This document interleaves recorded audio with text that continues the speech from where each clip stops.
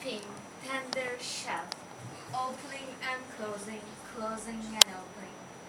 My vagina is a flower, an eccentric tulip, the center acute and deep, the scent delicate, the petals gentle but sturdy. I did not always know this.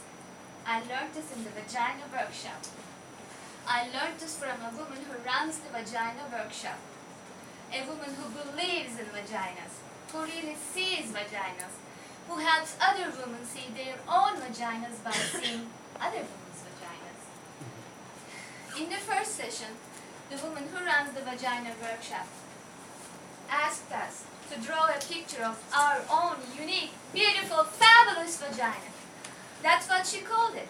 She wanted to know what our own unique, beautiful, fabulous vagina looked like to us. One woman who was pregnant drew a big red mouth, screaming with coins spilling out. Another very skinny woman drew a big serving plate with a kind of Devonshire pad on it. I drew a huge black dot with little squiggly lines around it. The black dot was equal to a black hole in space, and the squiggly lines were meant to be people or things or just your basic atoms that got lost there. I had always thought of my vagina as an anatomical vacuum randomly sucking up particles and objects from the surrounding environment. I did not think of my vagina in practical or biological terms. I did not, for example, see it as something attached to me. In the workshop, the woman who runs the vagina workshop asked us to take out our hand mirrors and examine it that way.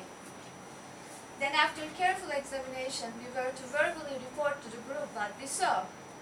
I must tell you that up until this point, everything I knew about my vagina was based on hearsay or invention. I had never really seen the thing. It had never occurred to me to look at it. My vagina for me existed on some abstract plane. It seemed so reductive and awkward looking at it like we were on our shiny blue mats with our hand mirrors. It reminded me of how the early astronomers must have felt with their primitive telescopes. I found it quite unsettling at first. My vagina, like the first time you see a fish cut open and discover this other bloody complex world inside right under the skin. It was so raw, so red, so fresh.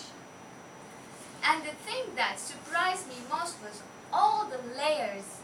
Layers inside layers opening into more layers. My vagina amazed me. I couldn't speak when it came my turn in the workshop. I was speechless. I had awakened to what the woman who runs the vagina workshop called vaginal wonder. I just want to lay there on my mat, my legs spread, examining my vagina forever. It was better than the Grand Canyon, ancient and full of grace. It had the innocence and freshness of a proper English garden.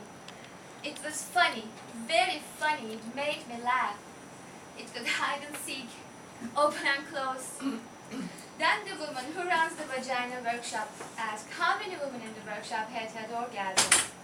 2 women tentatively raised their hands. I didn't raise my hand, but I had orgasms. I didn't raise my hand because they were accidental orgasms. They happened to me. They happened in my dreams and I would wake in splendor. They happened a lot in water, mostly in the bath, once in Cape Cod. They happened on horses, on bicycles, sometimes on the treadmill at the gym. I did not raise my hand because although I had orgasms, I did not know how to make one happen. I thought it was a mystical, magical thing. I didn't want to interfere. It felt wrong getting involved, contrived, manipulative. It felt Hollywood. The surprise would be gone and the mystery. The problem, of course, was that the surprise had been gone for 2 years. I hadn't had a magical accidental orgasm in a long time, and I was frantic. That's why I was in the vagina workshop. The woman who runs the vagina workshop asked us to take out our hand mirrors again and to see if we could locate our clitoris. We were there, group of us women, on our backs, on our mats, searching for our spots, our locus, our reason, and I don't know why, but I started crying. Maybe it was sheer embarrassment. Maybe it was knowing that I had to give up the fantasy, enormous, life-consuming fantasy that someone or something was going to do this for me. The fantasy that someone was coming to lead my life, to choose direction and to give me orgasms.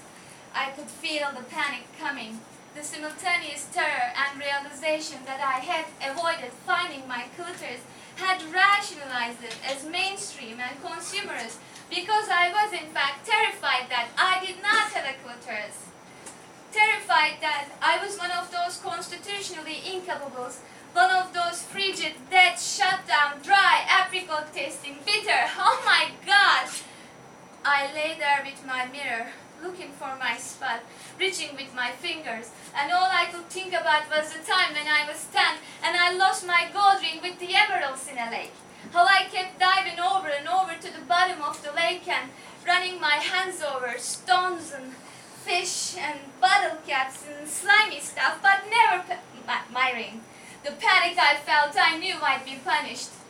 The woman who runs the vagina workshop saw my insane scrambling and sweating and heavy breathing.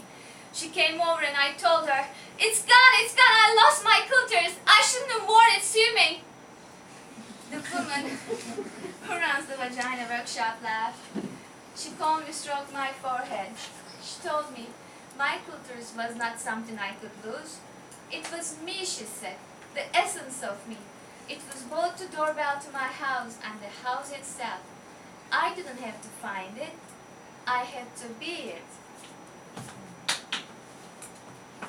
Be it. Be my clitoris. Be my clitoris. I lay there, I closed my eyes, I put my mirror down. I watched myself floating above myself. I watched as I slowly began to approach and re-enter. I felt like an astronaut re-entering the surface of the earth. I bounced and landed and bounced. I came into my own muscles and blood and cells, and then I slid into my vagina. It was suddenly easy and I fit. I was all warm and pulsing and ready and young and alive. And then, without looking, with my eyes still closed, I put my finger on what had suddenly become me. There was a little quivering at first which urged me to stay. Then the quivering became a quake, an eruption, layers dividing and subdividing. The quaking broke open into an ancient horizon of light and silence, which opened onto a plane of music and colors and innocence and longing, and I felt connection, calling connection, as I lay there thrashing about on my little blue bag. My vagina is a shell, a tulip, and a destiny. I'm arriving as I'm beginning to leave. My vagina, me.